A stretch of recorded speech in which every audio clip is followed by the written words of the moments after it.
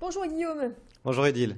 Alors, ce week-end d'actualité sportive chargée, il y avait du foot pour commencer. Il y avait du foot et c'était enfin une bonne journée, un bon week-end pour le LOSC. D'abord parce que le LOSC l'a emporté face à Sochaux, 2-0, un but de Origi dès la 3e minute de la rencontre.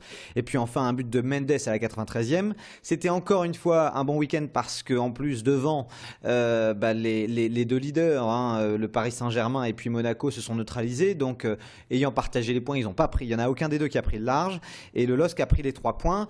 C'est la première victoire du LOSC depuis le 15 décembre en championnat de Ligue 1. Donc c'est une victoire qui fait du bien aux hommes, qui fait du bien au groupe. Malgré tout n'a pas été parfait, notamment en seconde période. Les Lillois ont eu du mal à se mettre à l'abri face à cette équipe sochalienne qui, malgré son classement, a eu des arguments samedi soir au stade Pierre-Mauroy. Malgré tous les 3 points sont pris et le LOSC a repris un tout petit peu d'air, un tout petit peu de marge par rapport à son premier poursuivant Saint-Étienne. Ça c'était pour le LOSC. Et puis ensuite on va parler aussi de Valenciennes qui là aussi l'a emporté 2-1 face à Nice. Un but de Doumbia à la 26e et un but de Waris à la 88e. Valenciennes s'est quand même fait un petit peu peur en seconde période puisqu'ils ont pris un but niçois à la 75e.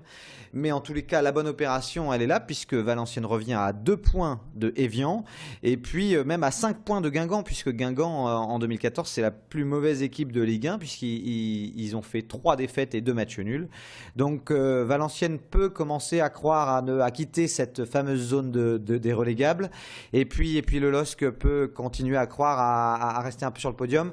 Maintenant, il va falloir se reconcentrer tout de suite pour les Lillois puisqu'il y a un match de Coupe de France face à Caen ce mardi à 20h45. Et puis il y aura aussi un autre match de Coupe de France, ce sera pour le Racing Club de Lens et ce sera à Lyon ce jeudi à 20h45. À propos d'ailleurs Lens qui n'a pas passé là pour le coup un très bon week-end puisque Lens a perdu face à Troyes, c'est la première défaite des Lensois en 2014, 1-0. C'est pas de très bon augure avant le déplacement à Gerland mais on espère que les hommes d'Antoine Comboiré vont se ressaisir pour ce 8e de finale de Coupe de France. Il y avait du monde sur la Côte d'Opale ce week-end du côté du Touquet avec le traditionnel Enduropal. Quels sont les résultats, Guillaume ? Alors oui, il y avait du monde, il y avait même des courageux parce qu'on peut dire que les conditions étaient dantesques. Il y a eu de la pluie, il y a eu de la grêle, un petit peu de soleil en fin d'épreuve, mais que ce fut chaotique quand même. Cet Enduropal, décidément depuis 2-3 ans, entre la neige, les bâches d'eau et puis des conditions météo vraiment difficiles ce week-end avec aussi beaucoup de vent. C'était pas simple pour les meilleurs et pour les poireaux. En tout cas, ça y est, la première victoire d'Adrien Van Beveren qui avait souvent fini placé, jamais gagnant. À seulement 23 ans, il remporte son premier Enduropal du Touquet. Le natif de Rackinghem, près de Saint-Omer, qui est un pilote Yamaha, qui est un pilote qu'on dit très constant, qui avait remporté pas mal de victoires sur cette saison lors des courses sur sable. L'a enfin emporté, mais que ce fut dur parce qu'il y a un autre pilote qui a fait quasiment 2 heures en tête sur cet Enduropal, c'est Antoine Méo, très rapide, très technique, il était même honnêtement sur cet Enduropal, c'était le plus rapide puisqu'il a fait un changement de plus, un ravitaillement de plus que les autres meilleurs pilotes. Malgré tout, Adrien Van Beveren a attendu son heure et puis à 25 minutes de la fin de la course, il a passé Antoine Méo. Donc Van Beveren premier, Antoine Méo deuxième et puis le Belge Steve Ramon qui avait remporté l'Enduropal en 2011 complète ce podium. Un petit mot aussi pour dire que le quadruple vainqueur Jean-Claude Mousset a terminé 5e, il était un petit peu en deçà, un petit peu en dedans, mais c'était malgré tout un bel Enduropal parce qu'il y a eu beaucoup de rebondissements. D'abord, c'est Van Beveren qui avait réalisé le whole shot. Derrière, c'est Furia qui a mené les débats pendant quelques tours, et puis Antoine Méo, et puis Adrien Van Beveren. Enfin, il y a eu un vrai mano à mano pendant plus de 3 heures de course, et ceux qui étaient courageux et qui avaient fait le déplacement sur la Côte d'Opale ne l'ont pas regretté parce que c'était une belle épreuve, une belle édition.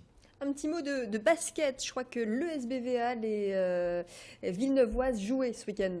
Absolument, les Villeneuvoises l'ont emporté face à Nantes 76-70. Ça fait du bien après la défaite lors du match aller de Coupe d'Europe face à Basketland. Mais on rappelle qu'en Coupe d'Europe, c'est pas terminé pour les Villeneuvoises puisqu'elles pourront encore se qualifier si elles arrivent à rattraper les 8 points de retard suite au match aller. Donc voilà, en tout cas, un bon match pour le SBVA, tandis qu'Arras et le Hainaut ont perdu ce week-end. week-end. On va parler aussi Pro B avec Lille et Orchy qui ont perdu vendredi. L'horizon s'obscurcit pour les deux clubs de la métropole. Par contre, Boulogne sur la côte qui a battu Nantes est toujours un solide leader. Et puis on va dire aussi un mot du BCM Gravelines qui avait très très bien commencé l'année 2014 mais qui malheureusement a perdu à Dijon 83-66. Un dernier mot de volley peut-être quand même si on a le temps pour dire que c'est une fin de série pour le TLM qui a perdu 3-0 face à Cantleux-Marom. Et puis pour dire aussi que l'USDK qui a gagné son match face à Célestat ce week-end reste leader de la D1 en handball. Donc les Dunkerquois ont fait une belle reprise de saison avec leurs internationaux, notamment Joly et puis Gérard. Voilà, on espère que ça va continuer pour les Dunkerquois en handball.